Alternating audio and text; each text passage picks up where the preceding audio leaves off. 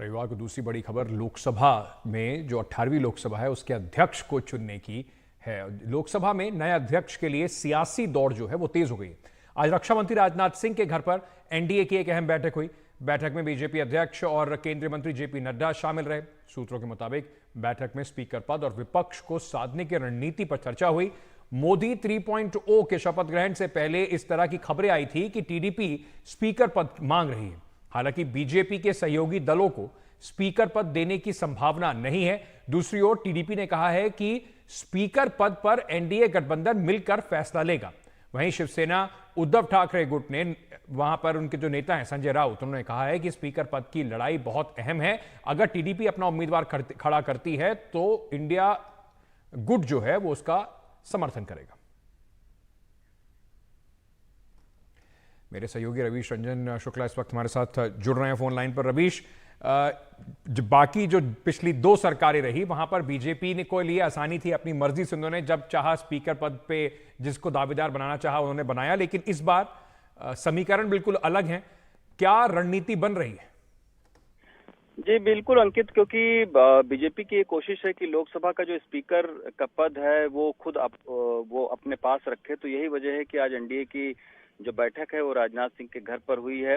और अभी तक जो है वो बीजेपी की ओर से तीन जो नाम है, राधा मोहन सिंह हैं और इसके अलावा जो ओम बिरला हैं और फिर जो पुरंदेश्वरी हैं, उनका ये तीन नाम जो है वो चल रहे हैं। बीजेपी की तरफ से कोशिश है कि इन तीन नामों पर जो है वो सहयोगी दल विचार करें, लेकिन अभी तक कोई स्पष्ट फैसला नहीं हो सका है।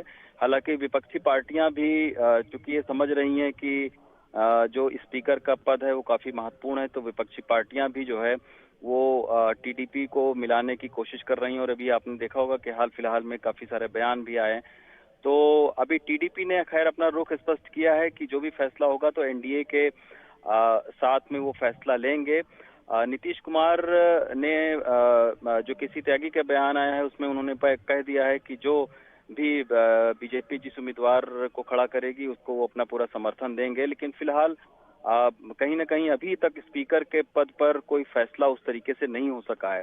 अभी जो बजट सत्र है वो भी शुरू होगा, तो उसमें देखने वाली बात होगी कि आखिर स्पीकर का पद पर क्या जो इंडिया गठबंधन है वो उसका क्या रुख होता है। क्योंकि एक बात ये भी आ रही है कि इंडिया गठबंधन ये चाह रही है कि उपाध्यक्ष का पद उसको जो है वो किसी न किसी तरीके से मिल जाए, जिससे जो एनडीए है उस पर ज्यादा से ज्यादा सियासी दबाव जो है वो बनाया जा सके।